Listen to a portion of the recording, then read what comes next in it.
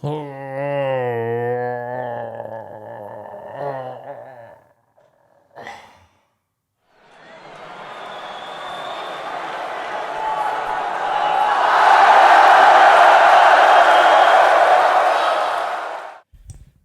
welcome back to the American Blues Podcast, everyone. This is your host, Terry Lee. What a completely deflating, embarrassing, soul-crushing, makes me hate the sport, makes me want to drink in the morning type of game. Man, I don't know how else to put it. That was awful. That was awful. That is everything I hate about the sport in one game, because you go into it with so much hope. Even if you're not doing well in the season, cup games are always fun. They're always exciting. You never know what's going to happen. And Liverpool put this game on a plate for us. Half their first team starters were injured. They still had some few decent players. Really, their only danger in the first, really at all in the game, was Virgil van Dijk on set pieces and Luis Diaz.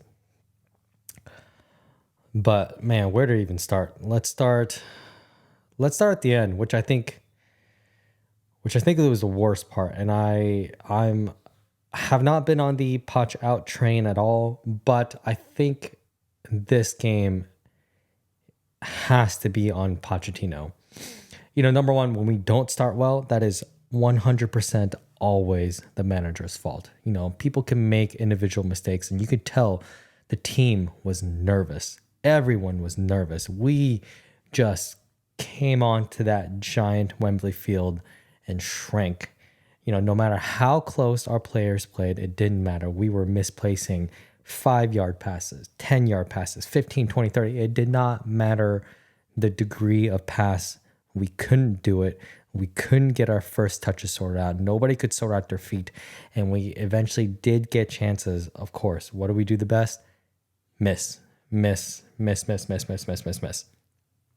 But end of the game. This is unacceptable. You can say our team is young, we're inexperienced, it takes time to gel. But Liverpool put on a team of their academy players. They took out the spine of the team. Klopp, 85 minutes, took the spine, ripped it out, and put in academy players, and they outran us. They outbeat us to second balls, and they wanted it more. And that's unacceptable. That's absolutely unacceptable. I don't care who was on our bench.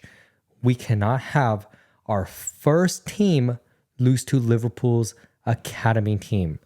We don't even play their academy team in preseason. Some of these kids probably haven't even seen a real field on the professional level, and they outplayed us.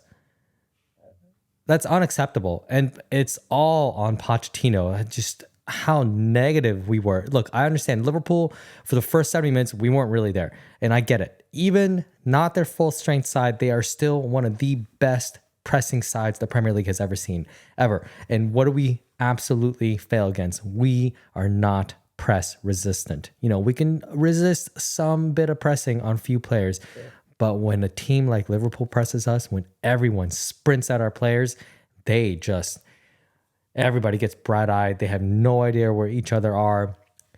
Just watch back to the game. How many of our easy passes ended up going to people with outstretched legs, bad first touches, bad second out passes, and we can get into that later, but that last 35 minutes of game was just embarrassing to watch. And you can say our players are tired. Who cares? Their players are tired. Virgil van Dijk, he's not that young anymore, and he outran everyone in 128 minutes and got the goal. Unmarked, Disasi lost him. Mudryk playing zone defense on his own on the side. Didn't see him coming. Out-jumped. Who cares? It didn't matter. Of course it was going to be Van Dijk. He was their only target on set pieces, and we still lost track of him at the end of the game. And you know what I was saying before the end of the game, I actually felt pretty confident going into penalties because I said, hey, we still have the majority of our first team on the field who are way more experienced than a bunch of Liverpool's kids. But no. Couldn't do it. Couldn't even make it to penalties. We did one of the worst things in the sport, which is to lose focus at the dying moments of extra time just because we didn't want it enough. But man, Pochettino, this has got to be on him for setting up us up in such a negative way for the end of the game. The more Liverpool made changes because they ran their asses off in that first 85 minutes, pressing. And somehow we managed to survive. Hell, we could even be winning at that point by 3-4-0. But no. And once they put on their kids, we retreated back into our little shell. That extra time should have been us in Liverpool's box constantly shooting at Gallagher, who we'll get into, who had an incredible game, but I'm not even convinced he's human. I think he's some kind of new Google AI that they placed in Liverpool to see if we can notice. And I'm just telling you right now, I noticed. Somebody needs to check that guy out and make sure he has a pulse because he's insane. The times I've seen him play even before this game, he's got zero emotion. Doesn't matter if he makes a save, doesn't make a save. I saw him score a winning penalty once and he had no reaction. When he makes a save, no reaction. Not even a high five. I don't understand. Where did they find this guy? Why? It didn't even matter that Alisson wasn't there. I've always thought the Liverpool backup keeper was incredible. And he showed why. But at the end of the game, man, I have to keep going back to why are we so negative? And to take Chilwell off, fine. If Chilwell's reason for coming off was he had no legs left, so be it. Moving Gusto out to the left just to play Chalobah out right, fine. I think that would have been better than seeing Chalobah in the middle and Colwell out right. We've seen that plenty of times this season. Didn't make a sense. But I think, man, just the amount of trouble that our midfield had retaining the ball and just making simple passes to each other. Just unbelievable. These are comical mistakes, absolutely comical, that should not happen at a professional level. Every game that I watch, I try to keep notes on the game just because, I'm getting old. I can't remember everything during the game. And then looking afterwards at the list, I usually keep positives and negatives. Under positives, barely had any. What was our one positive? Petrovic. He saved our ass again and again and again this game. And he keeps saving us every single game. I honestly never want to see Sanchez on the team. I only want to see Petrovic. I don't even think we should be looking at more goalies ever. Just Petrovic until there's no more Petrovic, until he retires, and then whatever, then we can get another keeper. But he was on point. How many times did he save us this game? At the beginning, in the middle, the end, extra time, all Petrovic. And I genuinely think he would have stopped the Liverpool youngsters in extra time. But of course, couldn't even make it there.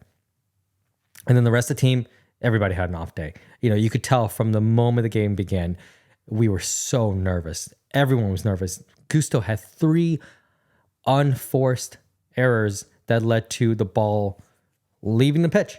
It was just him on his own, easy pass, couldn't focus, let the ball off.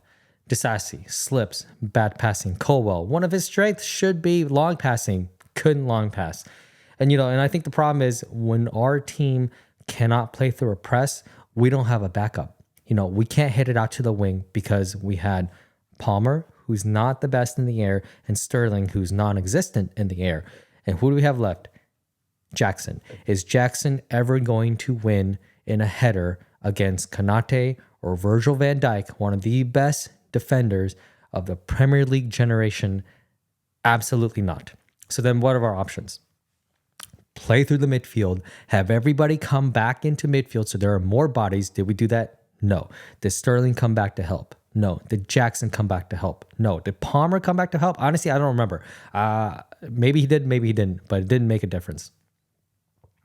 And then Sterling, Enzo, Gallagher, just how many times did they lose the ball in the midfield in the first half? It was embarrassing. It really was. It was embarrassing. And it wasn't for the lack of trying. They just couldn't do it. They just couldn't do it.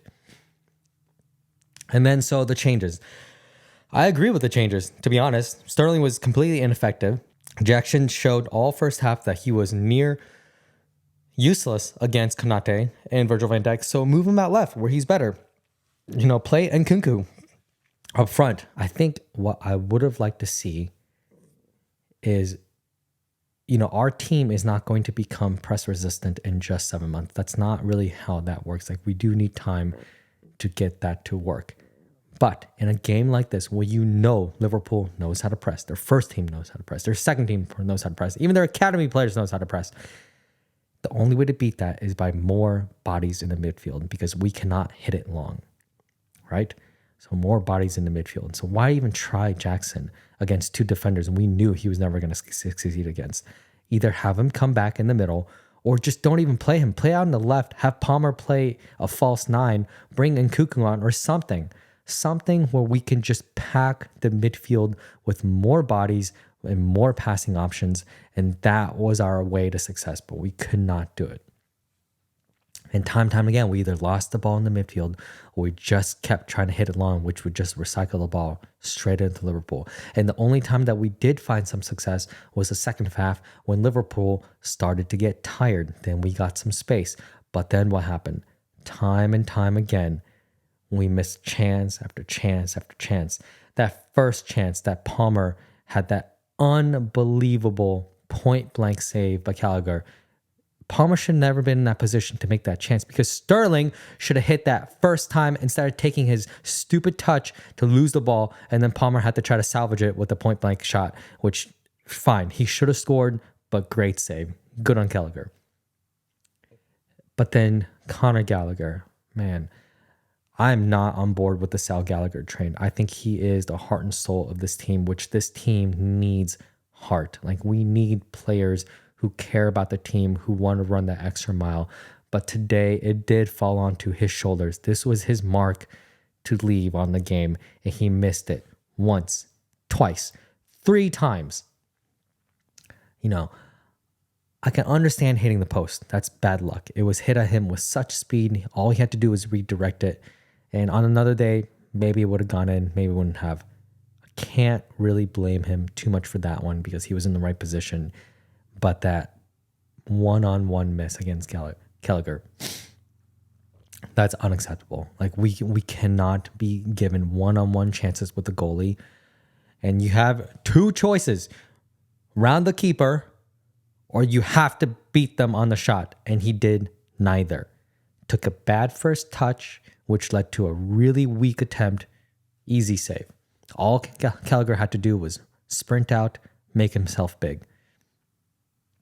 And that's just, man, when that didn't go in, you could feel the team just lose so much of its confidence. And then in another egregious miss, I forgot whether it was in the first half or second half or extra time, where it was Noni Madueke. It was a 4v3. He was on the wing. And we had 2 open players. I think it was Nkunku and Mudryk waiting in the box.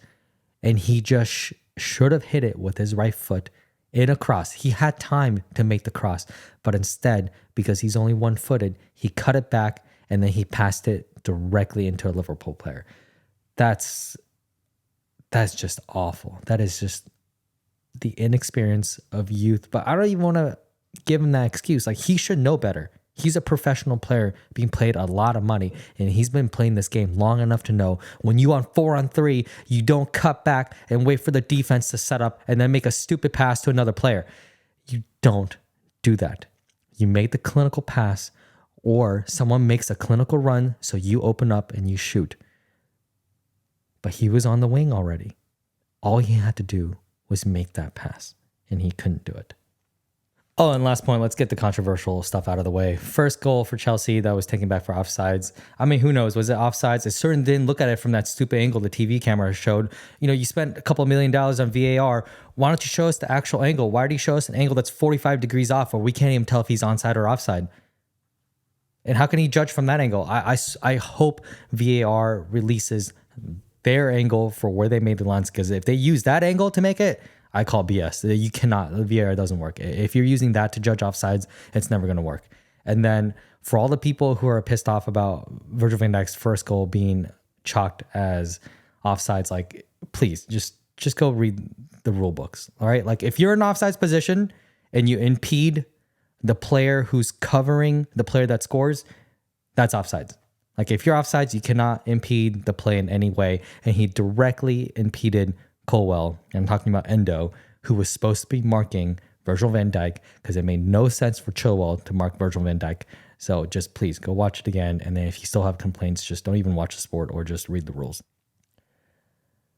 I mean, what else is there to say? This is just, we needed this win so bad. The entire team needed this win, because now the narrative is we spent $1 billion and we lost to Liverpool's academy team. And honestly, that's how it felt. We survived against their second string team and we lost to their academy team.